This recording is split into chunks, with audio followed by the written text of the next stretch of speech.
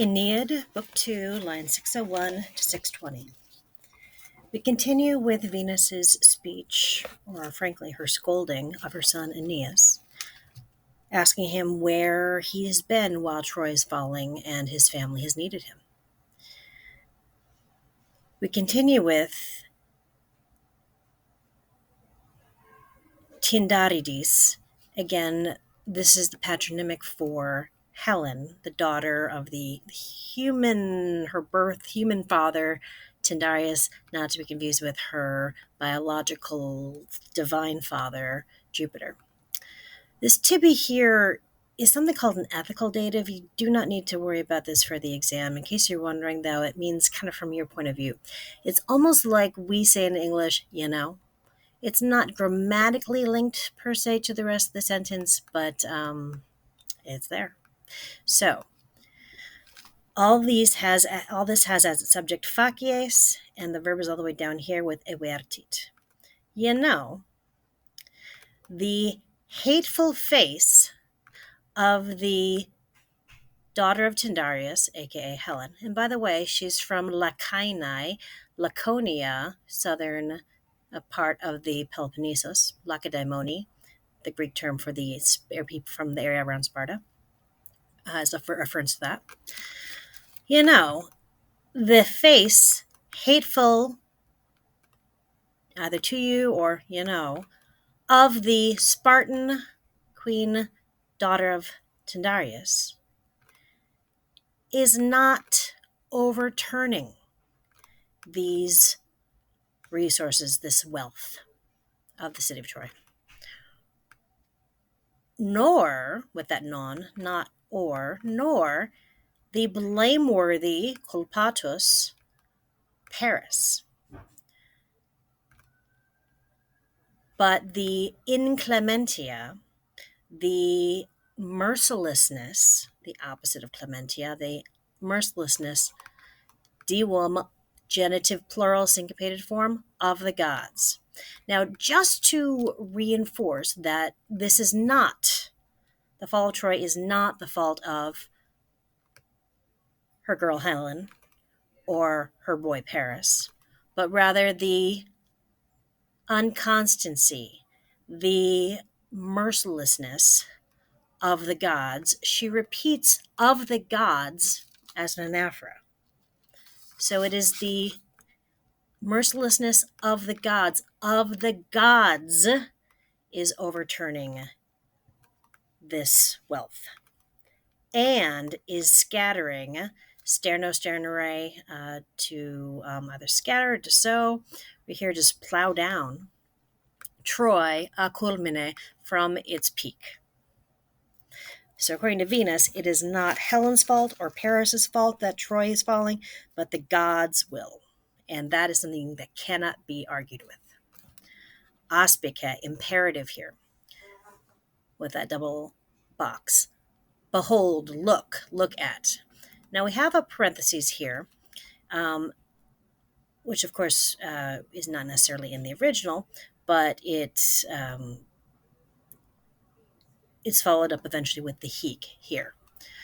Behold, since omnem here, the adjective, you have to wait 2 lines for its noun nubem to show up. And nubem, of course, the object of eripiam, that main verb there.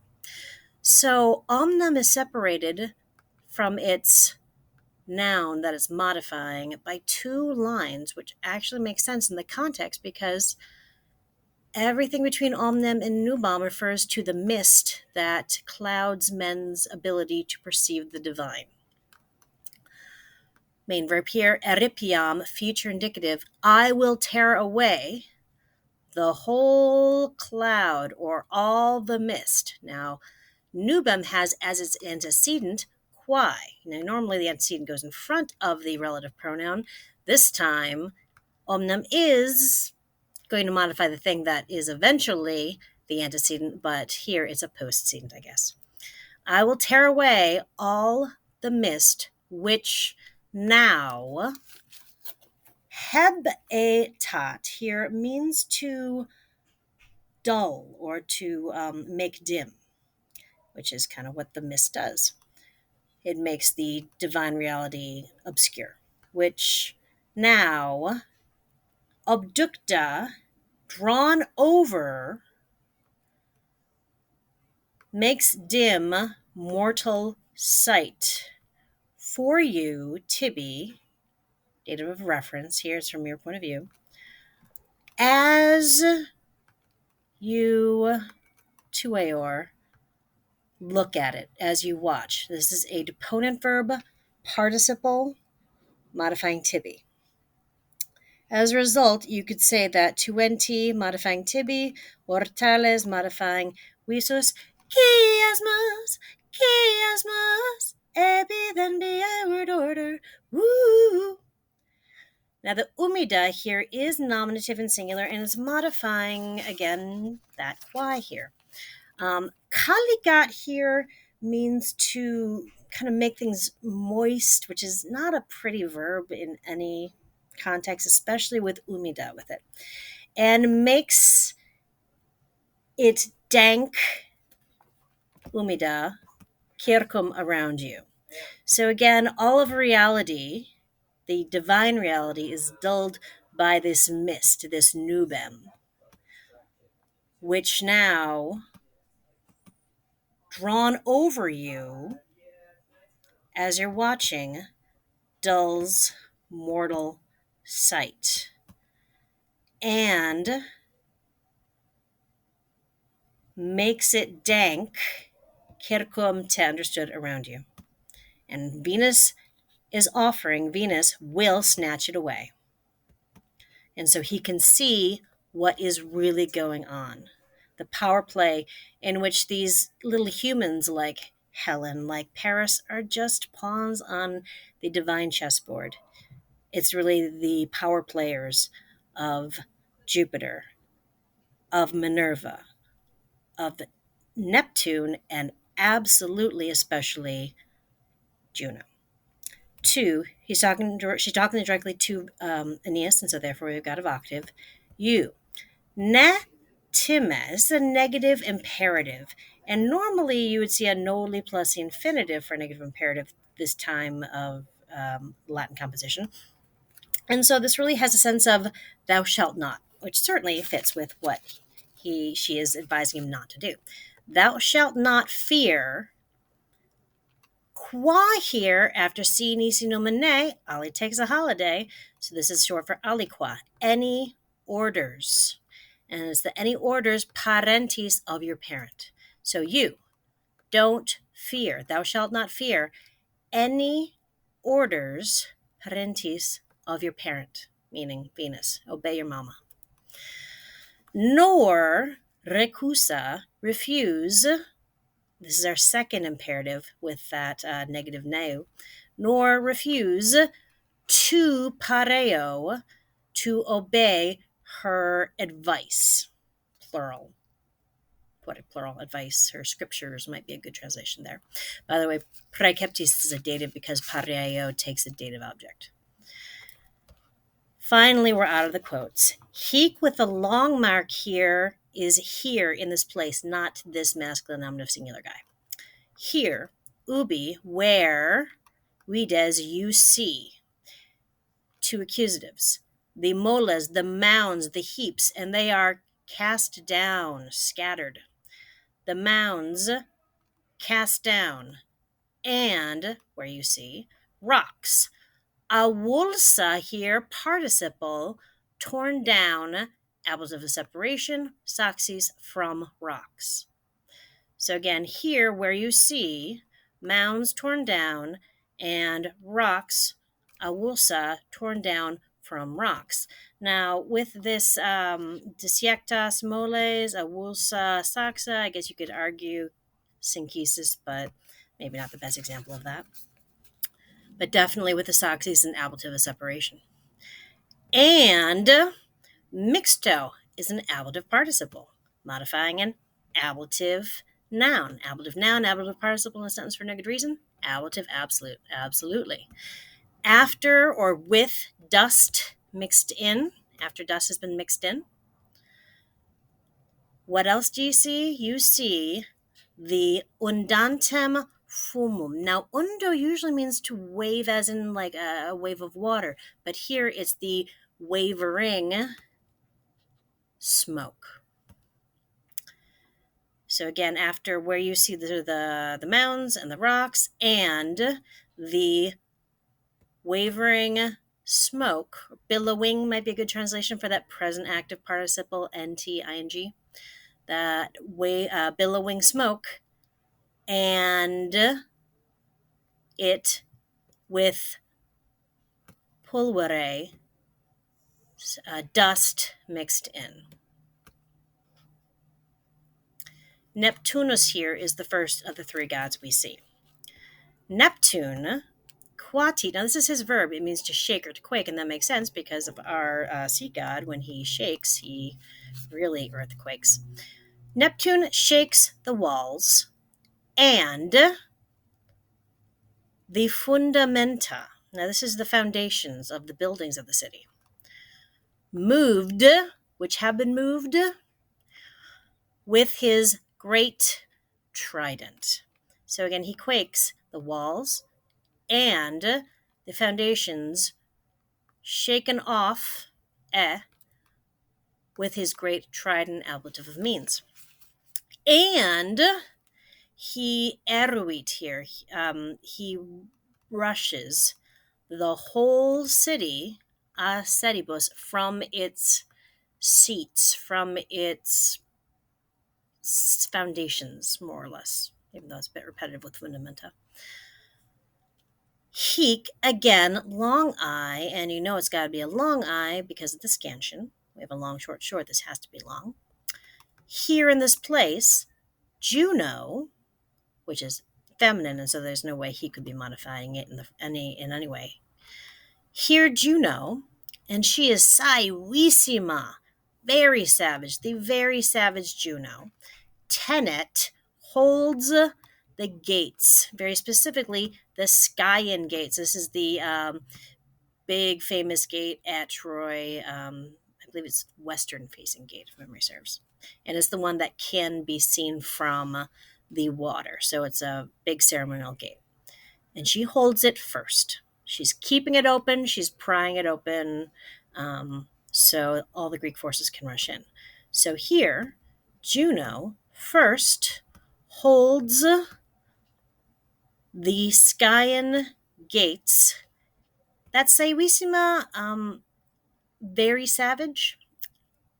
If this weren't AP, I'd recommend translating it almost like an adverb, very savagely, but try and keep it literal for those purposes. And raging, present active participle, she calls the allied battle line. Now, socium usually is a noun, but here it's kind of an adjective because you don't just have one ally. So she calls her allied battle line from the ships. Now, these are all the ships, the Greeks that had sailed back in their ships after they had hidden from Tenedos, waiting for the horse trick to work. And she is akincta, surrounded, girded with iron. If you want to say weapon, that's fine, but here it almost seems to refer to just armor in general. And it is an example of metonymy, because when I say that's all to see, I employ metonymy. You may notice that this is another hemistick, because the rest of the line is not there. Virgil seems to have left it deliberately blank, and it is a very dramatic pause. And, like the gates, this line is lying wide open for the Greeks to rush in. That is god number one, who is now actively fighting in the war, bringing down Troy. Yam, already, Tritonia, now this is a nickname for Pallas. Respice is our imperative here, so here we have Venus telling Aeneas to look back. Respicio, look back. Behold, Tritonia, Pallas, aka Minerva, she insedit sits on the highest citadels. Effulgens, nominative, singular. It modifies either Tritonia or Pallas, either's fine. Glowing from a cloud. Lighting up from a cloud, ablative of source, I guess you would call that. This is a present active participle. And savage with her gorgon, ablative of specification, or with her savage gorgon. That Siwa, because of the meter, can actually be either nominative or ablative. However you want to take it, if it's modifying Tritonia, savage with her gorgon. If you're taking it as an ablative modifying gorgone with her savage gorgon, there's fine. But it seems to refer to the Aegis protective armor that Minerva was given from her father Jupiter. Speaking of the father Jupiter, the Pater Ipsa, the father himself, aka Jupiter. In the Iliad, we see that he has made a point of remaining as neutral as possible, but now it seems he has finally thrown his lot in with Team Greece and ripping off the Band-Aid for Team Troy to be destroyed. The father himself, ipsa again for emphasis, referring to Pater, the father himself, sufficit, supplies, dative, for the Greeks, animos and secundas vires. So spirit, and it's almost like second wind, literally favorable strength, but also second strengths, which is certainly useful when you are fighting in a major battle. Ipsa, he himself. Now we've got another anaphora, just like the diwum. Here we've got ipsa, ipsa. He himself, suscitat, summons, urges on the gods, deos, accusative object of suscitat, and plus the accusative against, with that arma. Dardana is the adjective modifying that arma. So the father Zeus himself urges on the gods against Trojan weapons. Erupe, finally, two more imperatives. Erupe, yet again, this is the exact same verb that Hector had encouraged Aeneas to flee, take himself out of the flames. Now we have Venus, mom herself, saying, take yourself or seize your escape.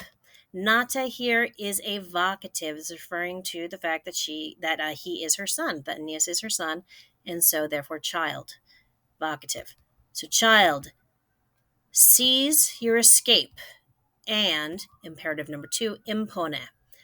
Make an end, literally put an end to your suffering. Labor does mean work, but here in the sense of really suffering, and hence why women are referred to be in labor when they are about to give birth. Put an end to your suffering. Nusquam, nowhere, never, abero. This is indicative. I will be absent.